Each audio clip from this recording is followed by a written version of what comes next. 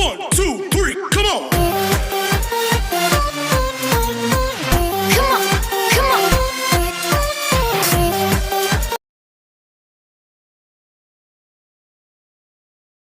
Oi, sente Arata, para você que está estudando e sente a necessidade de aumentar a sua concentração. Bom, aqui vão 4 dicas. A terceira dica é a mais difícil de colocar em prática, só que é a que vai te trazer os melhores resultados. Primeira dica: encontre um ambiente propício para o seu estudo. Isso é óbvio e mesmo sendo extremamente óbvio, muitas pessoas não agilizam, não providenciam o ambiente correto. Imagina que eu quero empinar pipa, ok? Eu preciso de um campo onde tem espaço, eu preciso de vento. Se eu quero pescar, eu tenho que ir onde tem água, onde tem peixe, não é óbvio? E como é que tem pessoas que ignoram totalmente a importância do ambiente de estudo? Depois elas reclamam que não conseguem se concentrar. Se o ambiente não está propício, se a cada 5 minutos entra uma pessoa e começa a me interromper, se o telefone fica cheio de notificações, pipocando, apitando, é inevitável ter dificuldade para concentrar. Inevitável. Então, por favor, faça um favor para você mesmo agora. Faça uma pausa no vídeo, olhe o ambiente que você está usando para o seu estudo, escreva numa folha de papel pelo menos 3 melhorias que você vai providenciar, que você vai agilizar, que você vai implementar para poder se concentrar melhor. Talvez você tenha que conversar com pessoas que ficam aí por perto, talvez você tenha que modificar as configurações de notificação do seu computador, trocar uma lâmpada, comprar um ventilador se o ambiente aí estiver abafado, enfim. Você é a melhor pessoa para identificar o que tem que mudar. Respeite o seu horário de estudo. Se o estudo é importante, então o horário tem que ser respeitado. E pensar, acho que eu vou estudar na hora que der tempo. Isso é falta de respeito. Falta de respeito, a gente está dando baixa prioridade para o estudo. Por isso, para a gente melhorar a nossa concentração, nós vamos promover a atividade de estudo para um nível maior de importância na nossa hierarquia. Se o seu estudo tem um alto nível de importância, com certeza você vai conseguir definir com clareza qual que é o horário de início da sua sessão de estudo. Se você encontrar dificuldade em reservar um horário na sua agenda para você estudar, é um indicador de que outras atividades estão sendo mais importantes para você do que estudar e, portanto, realmente será difícil se concentrar. E na hora de montar os seus horários, não esquece também de deixar algumas janelas de descanso para você não estudar. E é nesses períodos de folga dos estudos que você vai cuidar de outras atividades. Veja como a gente está invertendo as coisas agora. Primeiro a gente estuda, depois a gente faz o resto quando der tempo. E aqui vem um apelo, por favor, para os jovens que ainda não têm filhos, ainda não têm emprego, ainda não têm contas para pagar, não tem que ficar cuidando de algum familiar doente. Veja, se você ainda não tem esse tipo de responsabilidade na sua mão, e se você ainda não está plenamente concentrado nos seus estudos, você está sentado em cima de um baú de tesouro. É na juventude que as condições estão propícias para o estudo pela menor quantidade de responsabilidades que a gente tem. Então, por favor, aproveite. Aproveite porque essa fase dura pouco. Utilize o cérebro ativamente. Lembra que eu falei que a terceira dica é a mais difícil de colocar em prática? Então aqui vai. Sempre mantenha seu cérebro ativo no estudo, ou seja, não deixe o piloto automático ligado. Realize leitura ativa. Questione, tente entender o porquê das coisas, vai a fundo. Se você conseguir ficar plenamente engajado, não haverá dificuldade de concentração. Esse aqui é o estado de fluxo, é aquele estado em que a gente fica imerso na atividade. Para isso, busque o verdadeiro aprendizado. O objetivo do estudo não é tirar nota para passar na prova, o objetivo do bom estudo é compreender, é aprender. Infelizmente tem alunos que só abrem livros pela obrigação de tirar nota, aquela nota mínima para passar, querendo acertar a resposta de exercício. Lógico, é importante isso, é óbvio que eu quero acertar o exercício, mas é importante, é fundamental que eu entenda o porquê que aquela resposta está certa e o porquê que as outras estão erradas. Na sala de aula eu quero fazer boas anotações, uma anotação que engajou o meu cérebro, que quando o professor falou algo, eu estou compreendendo o que o professor falou, eu confronto essa nova ideia com o meu acervo de referências, com as coisas que eu já sabia, que estavam na minha memória de longo prazo. E daí eu faço a anotação escrevendo com as minhas próprias palavras. Cuidado com a mentalidade passiva no estudo. O modo passivo é igual o papagaio que fica copiando igualzinho as mesmas palavras do professor sem entender o que está escrevendo no modo automático. Então, resumindo, eu estou forçando o meu cérebro para processar o máximo de informação, tanto aquelas que eu estou me deparando agora, como também todo aquele acervo que eu já tinha armazenado, e daí eu raciocino. Todo esse processo vai fixar melhor as informações na minha memória, na minha mente, de modo mais eficiente. Durma bem e descanse bem. Então, por favor, nada de varar à noite, ficar desrespeitando os limites. Dormir bem é fundamental e o bom estudo é aquele de longo prazo, aquele que a gente está com um grande objetivo que a gente quebrou em pequenos pedaços e a gente segue adiante com consistência. Olá pessoal, eu sou o farmacêutico Expedito Júnior e hoje você irá assistir a nossa segunda aula, onde iremos abordar os conceitos de normal, variação anatômica, anomalia e monstruosidade, além de compreender os planos anatômicos e os eixos de movimento. Para os anatomistas, o normal é o estatisticamente mais comum, ou seja, o que é encontrado na maioria das pessoas, ou na maioria dos casos. Na maioria dos indivíduos, sempre nascerão com um par de olhos, um par de pernas, um par de braços, que geralmente é o encontrado. Entretanto, há alguns indivíduos que nascerão com estruturas a mais ou estruturas a menos. Nesse caso, quando essa estrutura não afetar diretamente a função, esse indivíduo será caracterizado como tendo uma variação anatômica, quando há fuga desse padrão, entretanto, sem um prejuízo à função, como é o caso de crianças que nascem com fissura labial ou pessoas que nascem com um dedo a mais.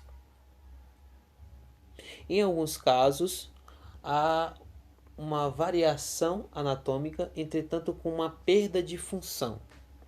Nesse caso, quando há a perda da função, caracteriza-se, esse indivíduo ele vai ser caracterizado como tendo uma anomalia. Em outros casos, esse prejuízo da função vai ser tão acentuado que infelizmente será incompatível com a vida. Nesse caso, esse indivíduo será caracterizado como sendo uma monstruosidade, como é o caso, por exemplo, de bebês acéfalos, que nascem sem o cérebro, ou de bebês, por exemplo, que nascem com o cérebro para fora da sua caixa craniana. Nesse caso, esses indivíduos só irão viver por alguns minutos ou horas após o parto. Agora você irá ficar com a professora Natália Hineck, do canal Anatomia Etc., onde ela irá abordar sobre os planos anatômicos e os eixos de movimento.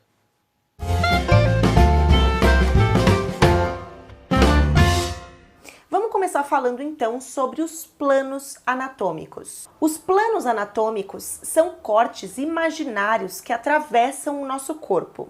E esses planos ajudam a gente a descrever o nosso corpo tridimensionalmente e a descrever os cortes anatômicos, que vão ser usados tanto para o estudo da anatomia quanto para a leitura de alguns exames, como a tomografia computadorizada. Além disso, os planos anatômicos também vão ajudar a descrever os movimentos do corpo humano, juntamente com os eixos de movimento, mas isso a gente vai ver daqui a pouquinho. Os planos anatômicos, então, são o plano sagital mediano e os demais planos sagitais, o plano frontal, chamado também de plano coronal, e o plano transverso ou plano transversal. O plano sagital mediano é um plano vertical e que corta o corpo, dividindo ele em duas metades ou dois lados iguais, em lado direito e lado esquerdo. Então imaginem o plano sagital mediano como sendo uma grande lâmina que entra no meu corpo dessa maneira, dividindo ele em duas metades iguais, em metade direita e metade esquerda. E os demais planos que passam paralelos ao plano sagital mediano são chamados de planos sagitais. Já os planos frontais são planos também verticais, mas que passam aí pelo corpo, que atravessam o corpo, dividindo ele em duas partes, em parte anterior e parte posterior. Então imaginem aquela grande lâmina entrando no meu corpo agora sim, ó, de lado, dividindo o meu corpo em parte anterior e parte posterior. A esse plano nós damos o nome de plano frontal. Já os planos transversos são planos agora horizontais, que dividem o nosso corpo em parte superior e parte inferior. Então imaginem agora a lâmina posicionada de forma horizontal e passando aí pelo meu corpo dessa maneira, dividindo ele em parte superior e parte inferior. Mais ou menos como aqueles truques de mágica em que os mágicos cortam a mulher e serram ela ao meio. Esse é o plano transverso. Os planos transversos são também chamados pelos radiologistas de planos transaxiais ou, resumindo, planos axiais. Bom, enquanto os planos são cortes imaginários que atravessam o nosso corpo, os eixos são linhas imaginárias ao redor das quais acontecem os movimentos do corpo. E os planos e os eixos, eles estão associados, já que os movimentos do nosso corpo acontecem dentro dos planos e ao redor dos eixos. Para vocês entenderem melhor o que são os eixos, pensem em uma porta. A porta realiza o movimento de abrir e fechar, certo? E esse movimento é realizado ao redor de um eixo, que é a dobradiça da porta. Os eixos anatômicos são como se fossem as dobradiças do nosso corpo, ao redor das quais acontecem os movimentos. Nós temos então 3 eixos de movimento.